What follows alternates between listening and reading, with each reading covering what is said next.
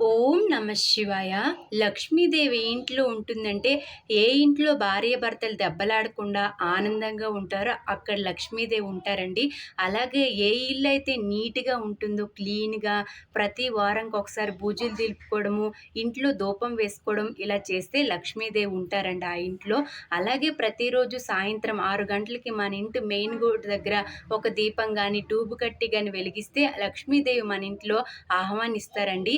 అలాగే చిన్న పిల్లలకు కొట్టడం గానీ, 6 గంటల, 6:30 టైంలో పిల్లలకి ఏడిపించడం గానీ, ఇలాంటివి ఏవి చేయకూడదండి. లక్ష్మీదేవికి అస్సలు ఇష్టం ఉండదండి.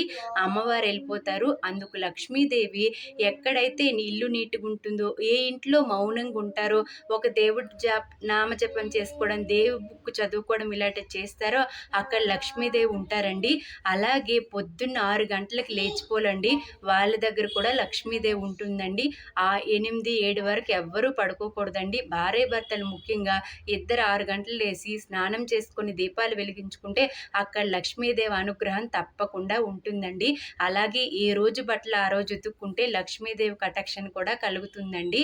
అలాగే అమ్మవారికి ఎవరి మీద చాడీలు చెప్పే మాటలు గానీ ఇవేవి సాయంత్రం పూట ఏవి మాట్లాడకూడదండి. మౌనంగా ఉండండి. మీకు వీలైతే ఓం నమ శివాయ అని 108 సార్లు చెప్పుకోండి. అక్కడ లక్ష్మీదేవి అనుగ్రహం పుష్కలంగా ఉంటుందండి. ఎవరితో మాట్లాడటం గానీ, ఎవరితోని చెడు ఆ మాటలు గానీ, ఏ మాటలు ఆడకూడదండి. ఎవరి కోసం అబద్ధాలు కూడా చెప్పకూడదు ఆ టైంలోన. సదాస్త దేవతలు కూడా తిరుగుతారండి. సదాస్తు అంటారు.